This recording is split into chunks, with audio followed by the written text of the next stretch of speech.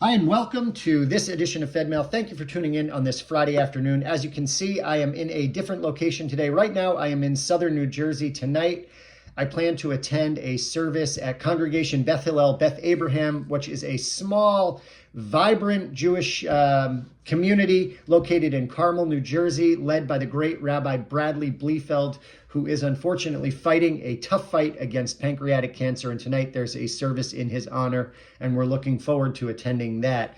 But I want to turn now to international news, where this week Iranian officials openly discussed development of their nuclear program. Now, of course, this is something that's been talked about for at least the last 20 years, including the Iran nuclear deal. And then, of course, the shelving of that under President Trump and recent developments and the secret enrichment of uranium stockpiles.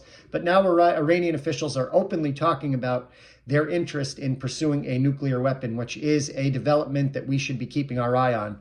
Also this week, Hezbollah greatly escalated their attacks on Israel. They've been sending rockets over the border between Lebanon and Israel since October.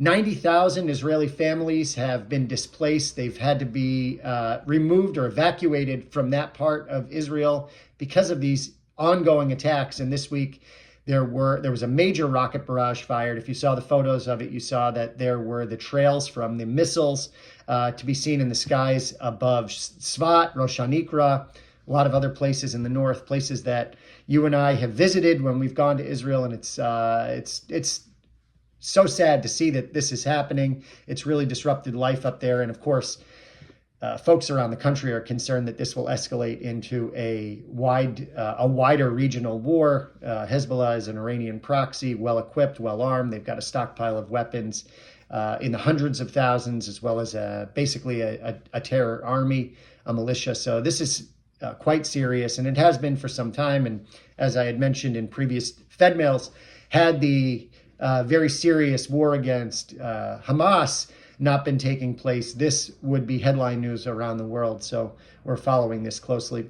Also this week, continued talk over U.S. shipments of armaments to Israel. Of course, as had been mentioned before, Prime Minister Netanyahu of Israel had issued some open complaints to the Biden administration, the Biden administration, that shipments of armaments to Israel had been slowed in the last few months, and he was mentioning that needs to increase so that Israel can continue operations on a level that's needed for their security, as quoted by Prime Minister Netanyahu.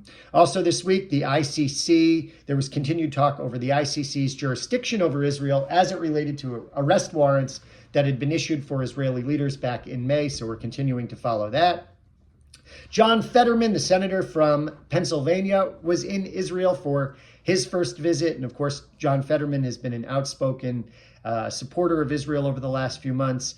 And sadly, there was violence outside of a synagogue in Los Angeles where anti-Israel protesters physically had a physical altercation with others, and I think a lot of us saw that and watched it in horror as that unfolded.